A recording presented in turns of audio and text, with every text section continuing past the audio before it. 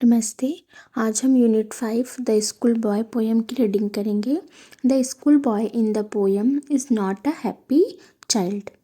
What makes him unhappy? Why does he compare himself to a bird that lives in a cage or a plant that withers when it should blossom?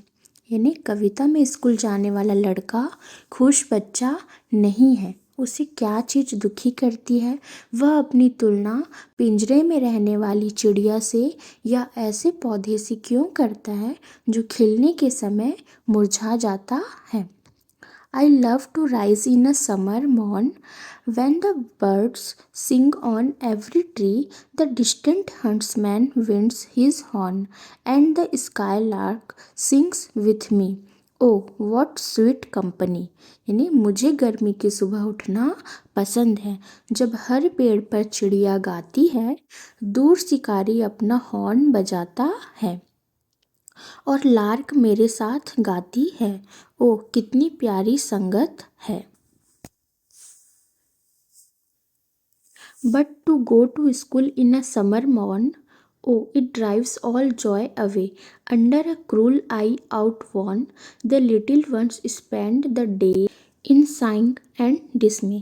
लेकिन गर्मी की सुबह school जाना, ओ यह सारी खुशी छीन लेता है। एक क्रूर नज़र के नीचे छोटे बच्चे दिन बिताते हैं, आहें भरते और निराश होकर। Then at times I dropping sit and spend many anxious hours. Nor in my book can I take delight, nor sit in learning's spur worn through with the dreary shower.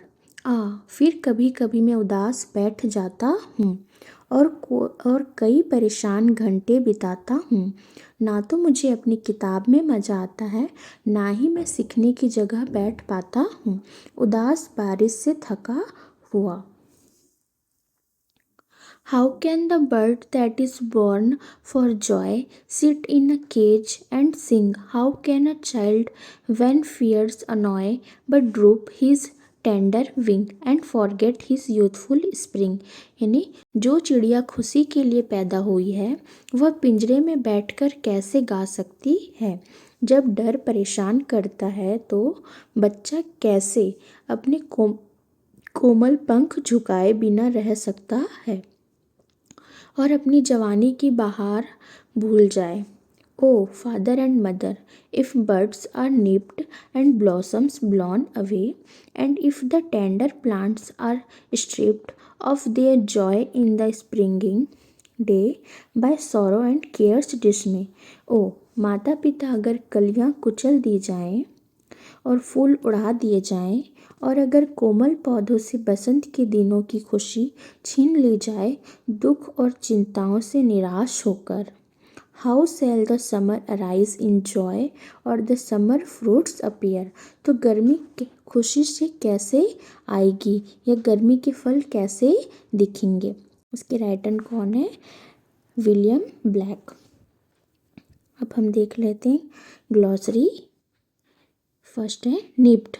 To nip something in the bird is to stop और destroy it at an early stage of its development. Nipped यानी किसी चीज़ को कली में ही कुचल देना का मतलब है उसे उसके विकास के शुरुआती दौर में ही रोक देना या ख़त्म कर देना। ओके। स्ट्रिप्ड यानी छीन लिया गया। Plants stripped of joy if joy is taken away from plants यानी पौधों से खुशी छीन ली गई अगर पौधों से खुशी छीन ली जाए। ओके।